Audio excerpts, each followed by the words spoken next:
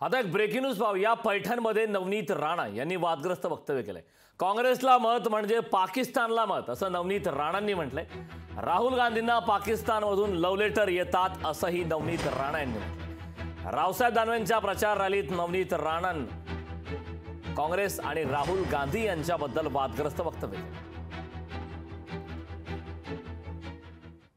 आता तर काँग्रेसवाल्यांना Rahul बाबूला पाकिस्तानवरनं love letter यायला सुरुवात झाली आहे। पाकिस्तानवरनं त्यांना प्रेमाचे संदेश यावे लागले आहे की म्हणतात मोदीला पाडा आणि पाकिस्तानवर प्रेम करणारे राहुल गांधीला तुम्ही निवडून आणा।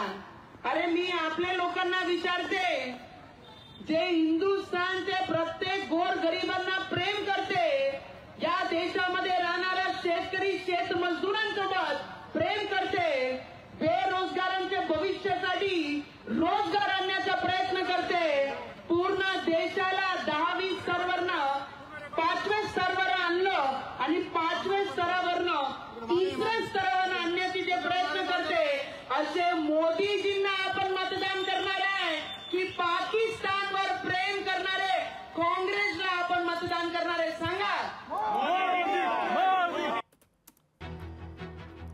आपल्यासोबत पुन्हा एकदा काँग्रेस प्रवक्ते अतुल लोंढेजी जोडले आहेत। अतुलजी, लोकशाही मराठीमध्ये आपलं खूप खूप स्वागत आहे। नवनीत राणा यांनी एक वादग्रस्त वक्तव्य केलं आहे। काँग्रेसला मत म्हणजे पाकिस्तानला मत असं वक्तव्य नवनीत राणा यांचं आहे। यावरती आपली काय प्रतिक्रिया?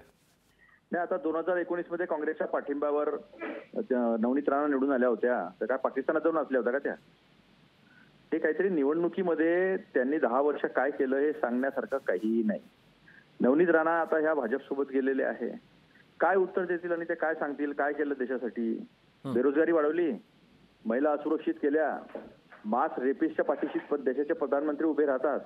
ज्या ब्रजभूषण शरण सिंगनी महिलांचा एवढा अपमान केला, महिला पैलवानांचा, त्याच्या पाठीशी देशाचे प्रधानमंत्री उभे राहतात। अंकिता भंडारीच्या गुन्हेगारांना तुम्ही कसं काय वाचवता? कुलदीप सेंगर, सगळे 101 रेपिस्ट बीजेपी मध्ये निघाले। शेतकऱ्यांना ना तुम्ही MSP लिगलाइज करून दिली, हमीभाव त्यांचा तुम्ही कायद्यानं करून दिला, उलट खोटे बोलले। 700 शेतकरी त्याच्यामध्ये शहीद झालेत। त्यांना श्रद्धांजली द्यायला सुद्धा तयार नव्हते, त्यांच्याजवळ बोलायला काही नाहीये। त्यामुळे 15 सेकंद 15 मिनिट त्यांची ती बी टीम आहे MIM, आणि हे दोघं जण 15 मिनिट 15 सेकंदचा खेळ खेळून आले। या देशामध्ये कायदा सुव्यवस्था आहे की नाही? या देशामध्ये संविधान नाही आहे की नाही आहे? या देशामध्ये न्यायालय, पोलीस, आर्मी आहे की नाही आहे? हे यांचा 10-15 मिनिटाचा खेळ आणि 15 सेकंदाचा खेळ हे जे आहे, याच्यामध्ये देशाचा खेळखंडोबांनी लावून धरलेला आहे। स्वतः हरून आलेल्या आहेत त्या जिथे जिथे जातील असे जर गप्पा अशा गोष्टी केल्या तर तिथला तोही कॅन्डिडेट हारेल। नक्कीच अतुलजी, खूप खूप धन्यवाद। आपण लोकशाही मराठीशी संवाद साधला त्याबद्दल।